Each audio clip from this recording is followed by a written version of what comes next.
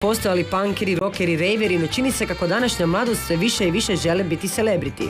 Hrvatski rečeno poznati. Nekolicina ih upravo u našoj emisiji dobije nekoliko minuta. Neki zbilja u tome i uspiju te se danas nalaze u registru hrvatskih celebritija. Nakon minutaže ili bolje rečeno satnica i satnica u red carpetu, zvijezdani status im je kakav god on bio zajamčen. Ljudi su oduševljeni životima celebritija. Zašto? Zbog toga što je često to bijeg iz jednog sivila života, pa gle, wow, imam neku zanimaciju. S druge strane, oni drugi koji bi htjeli biti poput njih.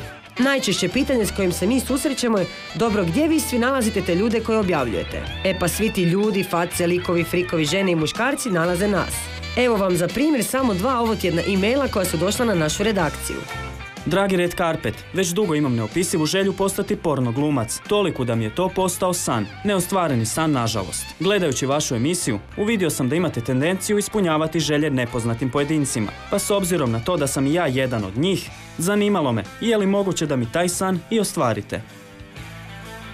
Poštovani tim Red Carpeta, ja se zovem Ana Marija, imam 20 godina. Moj uzor je Maja Morales.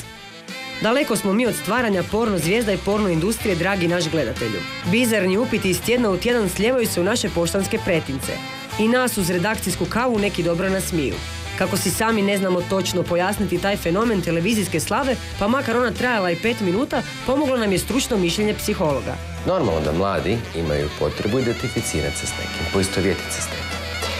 I pogotovo u današnje vrijeme, kad jedan veliki broj tih istih mladih, frustriran, nemaju dovoljno novaca, htjeli bi se bolje obući, htjeli bi se priuštiti neke stvari koje se ne mogu priuštiti. Htjeli bi biti dio jednog svijeta koji vide na televiziji.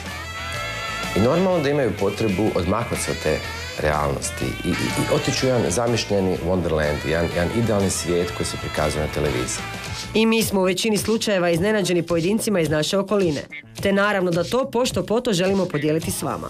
Jako puno ljudi ne da se oduševljava, ne da gledate iste, da nešto nauči i da nađe nešto dobro u njima, ne, nego da ih ismije, da zapravo sebi potvrdi ja sam zapravo super kad vidim kakvih sve drugih ima. Da oni ljudi koji su tamo prikazani najčešće su idealizirani. I mi vidimo samo jednu iluzornu stvarnost, iluzorni prikaz tih ljudi, njihove slave, moći, divnog oblačenja.